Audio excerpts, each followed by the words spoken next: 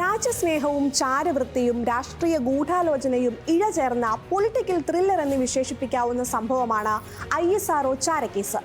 കേരള രാഷ്ട്രീയത്തെ മാത്രമല്ല ശാസ്ത്രലോകത്തെയും പിടിച്ചുലച്ച വലിയൊരു കൊടുങ്കാറ്റായിരുന്നു അത്. കരുത്തനായ കരുണാകരന്റെ മുഖ്യമന്ത്രി കസേര തെറിപ്പിക്കാനിടയാക്കിയത് ഈ കേസിനെ തുടർന്നുണ്ടായ രാഷ്ട്രീയ സമ്മർദ്ദത്തെ തുടർന്നാണ്. ആ ചാരക്കേസിനെ ഓർത്തെടുക്കുകയാണ് ഇന്നത്തെ പോൾപോട്ട്. സ്വാഗതം.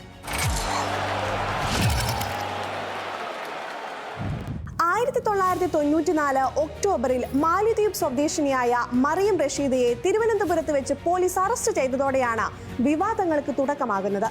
ISROയിലെ ശാസ്ത്രജ്ഞർ വഴി ഇന്ത്യയുടെ ക്രയോജനിക് റോക്കറ്റ് എഞ്ചിൻ രഹസ്യങ്ങൾ പാകിസ്ഥാന് ചോർത്തി നൽകി എന്നായിരുന്നു ആരോപണങ്ങളെ തുടർന്ന് ISRO ശാസ്ത്രജ്ഞരായ നമ്പി നാരായണൻ, D ശശികുമാരൻ, മാലി സ്വദേശിനി ഫൗസിയ ഹസൻ, മറ്റ് 2 ബിസിനസ്സുകാർ എന്നിവരെ പോലീസ് അറസ്റ്റ് ചെയ്തു.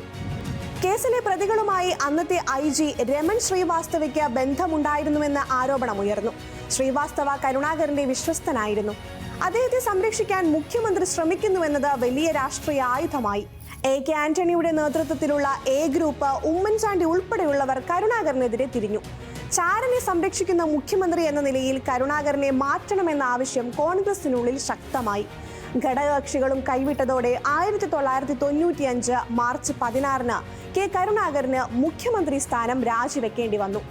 അദ്ദേഹത്തിന്റെ രാഷ്ട്രീയ ജീവിതത്തിലെ ഏറ്റവും വലിയ അപമാനകരമായ അധ്യായമായിരുന്നു അത്. കരുണാകരന്റെ രാജിയെ തുടർന്ന് AK ആന്റണി മുഖ്യമന്ത്രിയായി. ചാരക്കേസ് പിന്നീട് സുപ്രീം കോടതി വരെ എത്തുകയും അതൊരു കള്ളക്കേസാണെന്ന് തെളിയുകയും ചെയ്തു.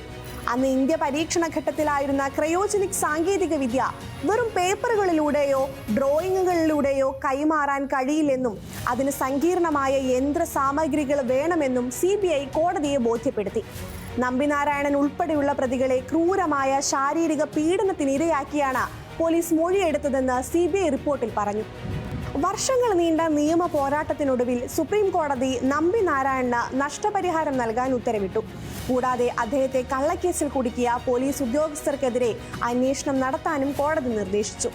നമ്പി നാരായണനെ രാജ്യം പത്മഭൂഷൺ നൽകി ആദരിക്കുകയും ചെയ്തു. ചാരക്കേസിന്റെ മറവിൽ കോൺഗ്രസിനുള്ളിൽ നടന്ന പടയൊരുക്കം കരുണാകരന്റെ മുഖ്യമന്ത്രി കസേരയാണ് തെറിപ്പിച്ചത്. അദ്ദേഹത്തിന് പിന്നീട് ഒരിക്കലും മുഖ്യമന്ത്രി പദവിയിലേക്ക് തിരിച്ചെത്താൻ കഴിഞ്ഞില്ല.